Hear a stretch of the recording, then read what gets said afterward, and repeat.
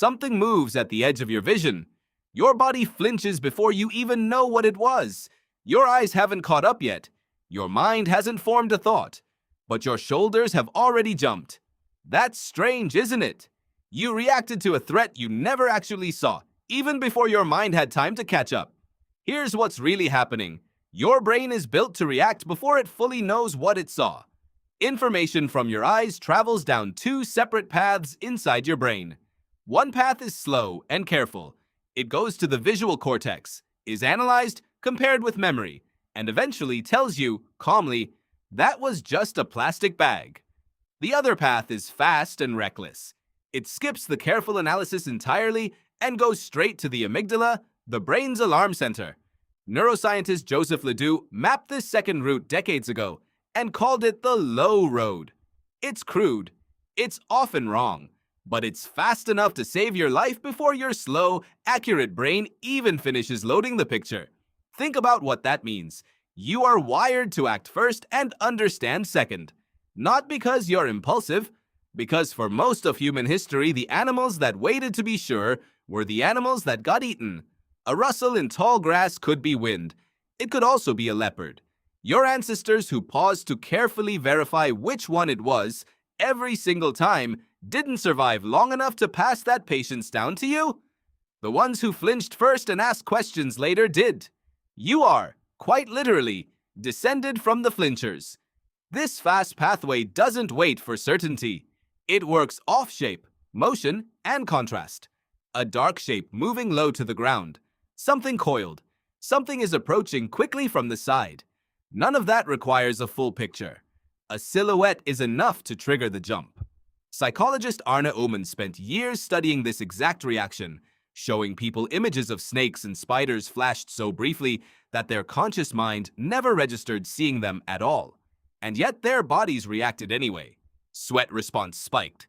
Heart rate changed. The threat never reached conscious awareness, but the body had already responded to it as if it had.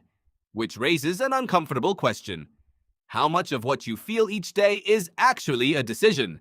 And how much of it has already happened before you were consulted? The flinch isn't fear exactly. It's faster than fear. Fear is what arrives a half-second later, once the slow pathway catches up and starts labeling what just happened. The flinch itself is just motion, a full-body prediction fired off before there was time to be right or wrong about it. This is also why a scary movie works even when you know, logically, that nothing in the room can hurt you. A sudden shape lunging across the screen triggers the fast pathway regardless of context. Your slow brain knows it's fiction. Your fast brain has already ducked.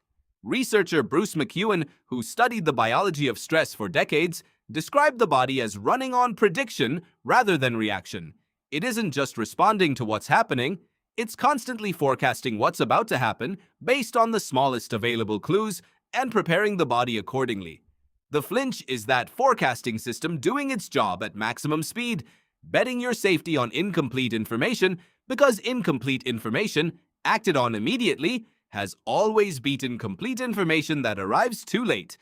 You still carry this today, even in a world that rarely holds an actual leopard in the grass. A car horn behind you, a door slamming somewhere in the house, a hand suddenly appears in your peripheral vision. None of these are predators. All of them get treated like one for a fraction of a second before your slower brain steps in and calms things down. And maybe that's worth remembering the next time you catch yourself flinching at something harmless. You didn't overreact. You didn't imagine a threat that wasn't there. An old, extremely fast part of you simply did exactly what it was built to do, placing a bet on your survival before your conscious mind even had a chance to see the cards. Something moves at the edge of your vision, and once again, before you've even understood what it was, some ancient part of you has already decided it's worth flinching for.